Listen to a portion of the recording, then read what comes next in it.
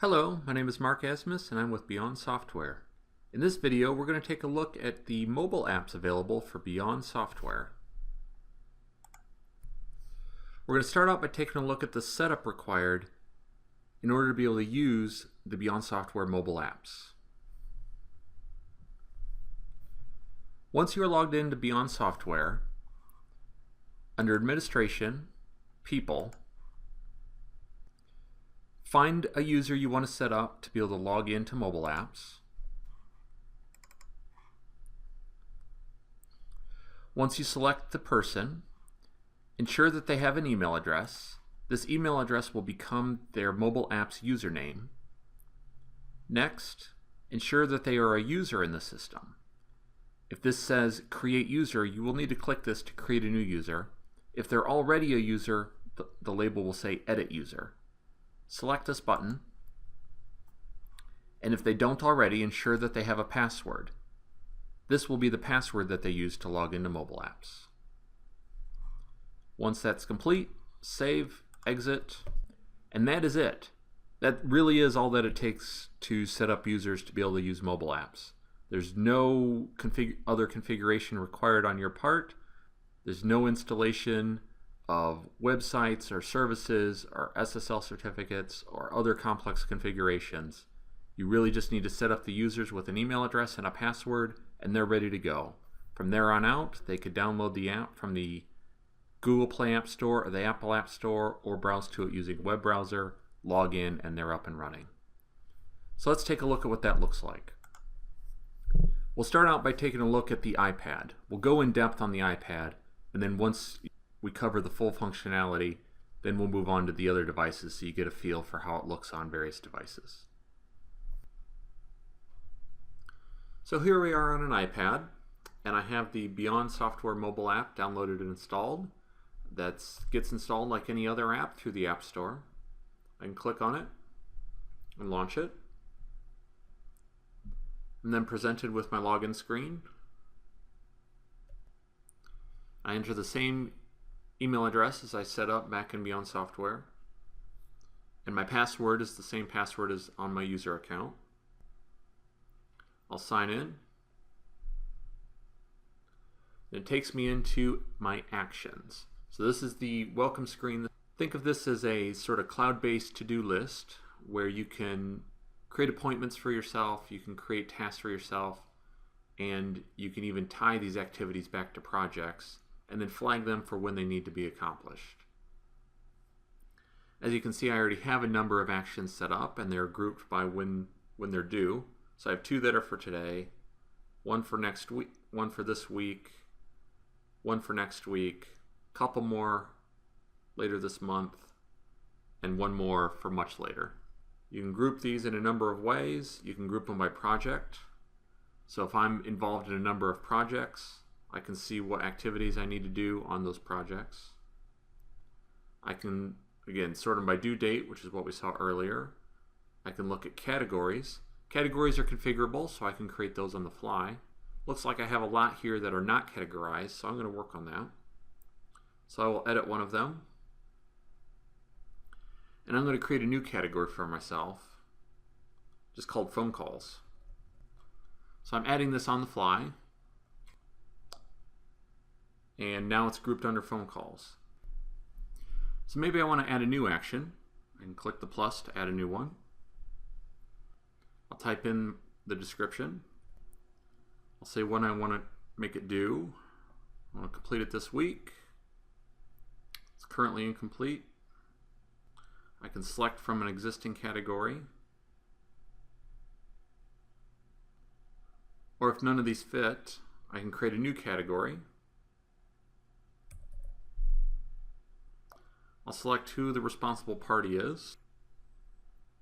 If this is project related, I can select what project it belongs to.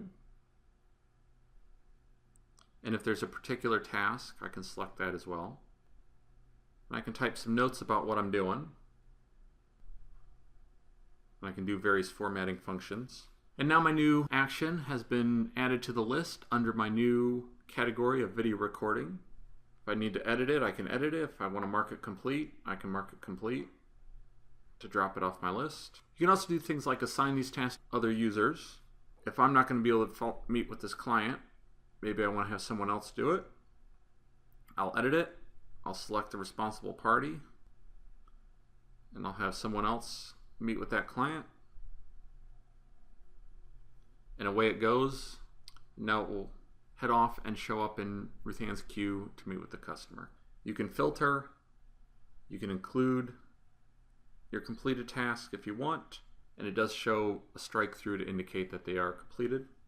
You can search for tasks. I can look for meetings, and it'll filter out just what meeting I need. I could also search for a particular project, and it'll bring up just the tasks related to projects that begin with 0815. And I can also change the due date on them.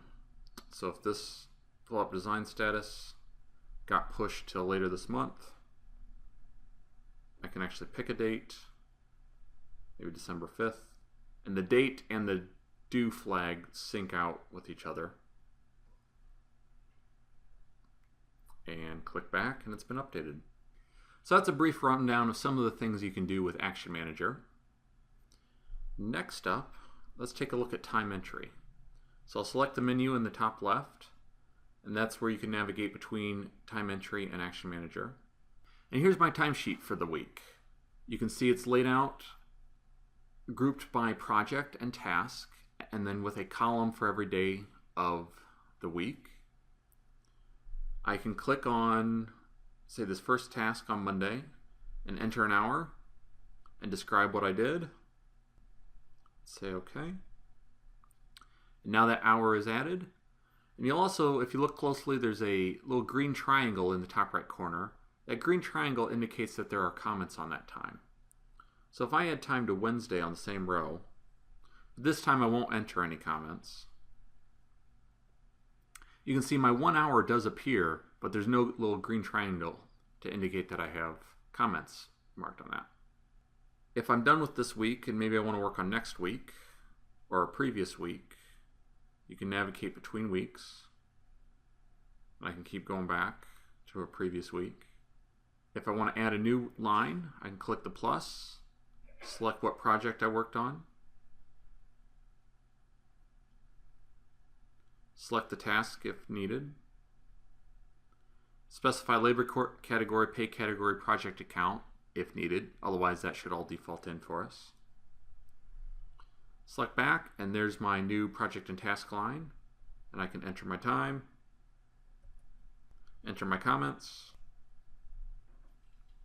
and say OK. You can also see that there are total lines. So there's a total for the project off to the right, and there's daily totals along the bottom, and then there's a week total along the bottom right. If I want to start over with my time entry, maybe I entered it for the wrong week or I jumped the gun, I can select Delete Timesheet and delete it. When I'm ready to start on next week's timesheet, I have a few options. I can copy my previous week's timesheet, which would bring forward all the details, and you can optionally include the comments or not. Or I can simply add the detail lines manually. I'll enter some hours. I'll add another row.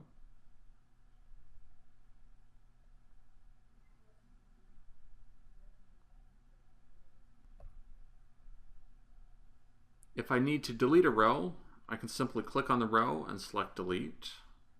That way I'm just deleting the one entry instead of the whole timesheet. I could also edit the row. Maybe I picked the wrong task. I can change the task to be the correct task. If I'm happy with my time for the week, I can submit it by selecting Submit Time, and that'll submit it for approval back in the system. There's also an option for a portrait layout. This is intended when you don't necessarily have as large of a screen resolution, or if you're holding the device in portrait. We'll get to see the portrait view more as we go through the various devices, including the iPhone and the Android phone, since MyTime Portrait's primarily going to be used on those smaller screen resolution devices. Now let's take a look at what the apps look like on an iPhone. So here we are on an iPhone, and again the app gets downloaded from the App Store. I have it on the desktop here. We'll launch it. We're taken straight into my actions. We can see our actions for the week. Anything else that's going on. We can edit these, delete them, flag them, just like everything else. You can edit them, review the details, review the notes, add notes. On over into time, we can see my time.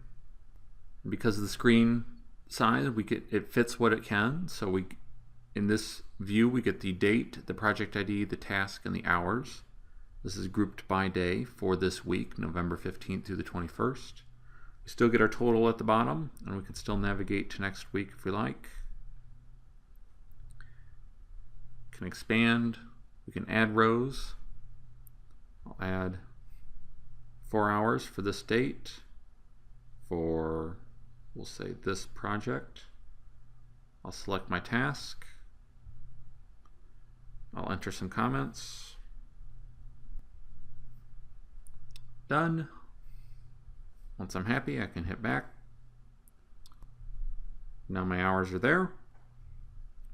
And just like everything else, if I'm ready to submit it, I can select Submit Time, or again, navigate to the current week, previous week, whichever week. If I navigate away, I can again group by project, or I can group by date. So I can see the date, and I can see the total hours in my parentheses, total hours for the week. If I rotate the phone, I do get a little bit more space, so now it's going to show me a little bit more information. Now that it has more space, it's showing me the date, the project description, and the task description. I can enter my hours. I get a little bit more space if I were to add things. I can see my hours, I can see my totals. If I group by project, I get a little bit more space again, or I can actually see the full project description. I can delete this line because it has 0 hours, so I don't need that. Delete. Clean things up and submit it as needed. Now we'll move on to an Android tablet.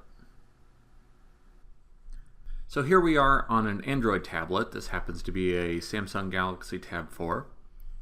And I've downloaded the Beyond Software app from the Google Play Store. And now I have an icon on my desktop.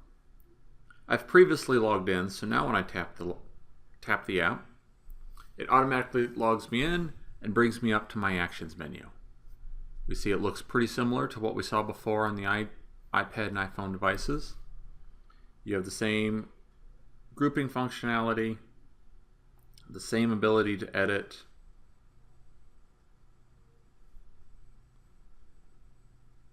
I can update this to complete, and it continues with the same look and feel. I can move over to time entry, so my time landscapes, it's on a larger tablet. And I can see my time for the week. I can see my totals along the bottom and along the right, and my weekly total. I can expand, remove, and add new if I needed to. Select my project and task. Again, just like before, it's going to save this automatically for me unless I hit cancel. I'll go back. I added that row. I'm ready to go. I can add time, edit time. I can see my comments. I can jump between weeks. I can submit the time. I can delete the timesheet. All the same great look and feel as all of my other devices. Let's take a look at how things look on an Android phone. Now onto a Samsung phone. Get the Beyond Software app from the Google Play Store. It's on my phone, so I can launch it. I'll log in.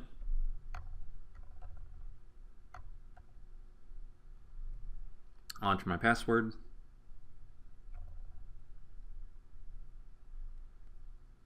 And I will sign in. Once signed in, I'll see my actions again. The list is the same, but again, with the smaller screen resolution, it compacts what kind of details we're going to show us. So in this particular view, I'm not actually seeing the project ID, but if I click on any of these and edit them, I can see all the details fit nicely on the screen. The project, the responsible party, the category, the due date, the details, and scroll down and see the notes. For time entry, I'll view my time. And again, the my time or my time portrait is laid out for this smaller form factor. So here I can see my days as rows grouping, and then in the parentheses I can see how many hours I've entered on that day. And I can expand on any of these days to see what I was working on. I can see the project and the task. I can edit any of these lines or delete them if I needed to. And if I needed to add a line, I can click the plus. I can enter how many hours, 8 hours on this day for this project, for this task. My comments at the bottom. And click back and my time gets added. So now my time for today went from 3 to 11 hours. And if I expand on today, I can see that line that I just added. I can also copy a row. And this just copies the row. And from here I can enter new hours, a new date, and change anything I might need to change if I needed to. At the top it shows me what week I'm working on, November 15th through the 21st. I can jump between weeks. I can go to the current week, the previous week, or next week. And these mobile apps aren't exclusive to being in an app. You can also get to the same interface using a web browser. Here I am using Chrome, but you can also use Firefox or Internet Explorer or Microsoft Edge or Safari or really any of your favorite browsers. And you just browse to a website and you're presented with a very similar login. You enter that same username, which is your email address, the same password, sign in, and you're presented with essentially the same interface. So the same look and feel, again, as we've already seen, continues to flow across devices, across platforms. My actions, you still have all the same functionality. You can go to my time. You get to see the same time, again, flowing regardless of what device or what browser you're using. Add time here.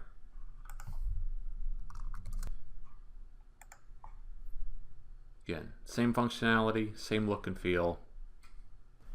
This concludes our overview of the Beyond Software mobile apps. Thank you very much for your time.